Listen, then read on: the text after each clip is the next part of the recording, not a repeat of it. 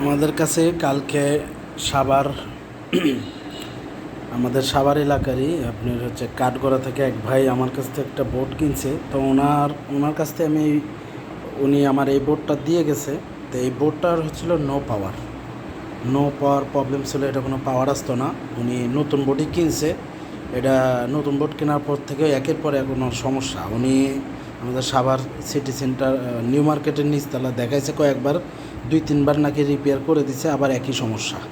তো এটা আমাদের বোটটা ছিল নো পাওয়ার, কোনো পাওয়ারই আসতো না, এটার কোনো পাওয়ারই আসতো না। আমাদের ডিবাক কাটের লাইটও জ্বলতো না।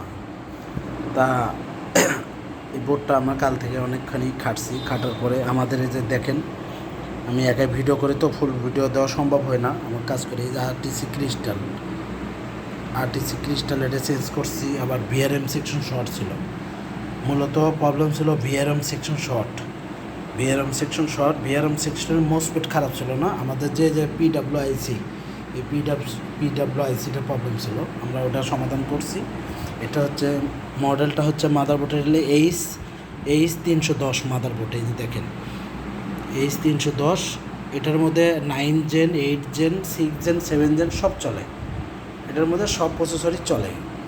এটা ইসনিক একটা মাদারবোর্ড চাইনিজ, এটার মধ্যে 9 জেন, 8 জেন, 6 জেন সব চলে।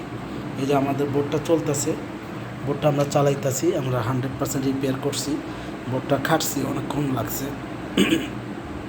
কালকে রাইতেও অনেক খাটছি, আজকে সকালবেলা ধরছি, তো হয়ে গেছে আমাদের বোর্ডটার আমাদের সমস্যা ছিল ভিআরএম সেকশন শর্ট, কোর আইসিতে সমস্যা ছিল, ক্রিস্টাল সমস্যা ছিল। আমাদের বোর্ডটা আমরা রিপেয়ার করছি 100%, এখন আমাদের বোর্ডটা চলতেছে। তা আপনাদের কাছে এরকম চাইনিজ বোর্ড, ইসনিক এগুলো যদি কোনো নো পাওয়ার থাকে বা বিভিন্ন প্রবলেম থাকে, আমাদের কাছে যোগাযোগ করবেন। আমাদের লোকেশন হচ্ছে সাভার বাস স্ট্যান্ড।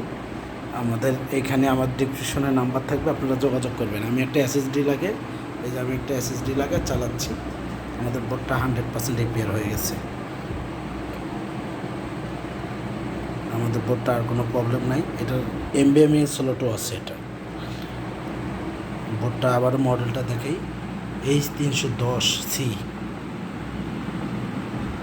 বোর্ডটা এখন 100% রিপেয়ার হয়ে গেছে আমাদের। এই ছিল ভিডিও। আর আপনারা আমাদের কাছে যোগাযোগ করে এরকম নষ্ট বোর্ড থাকলে আপনারা রিপেয়ার করে নিতে পারবেন।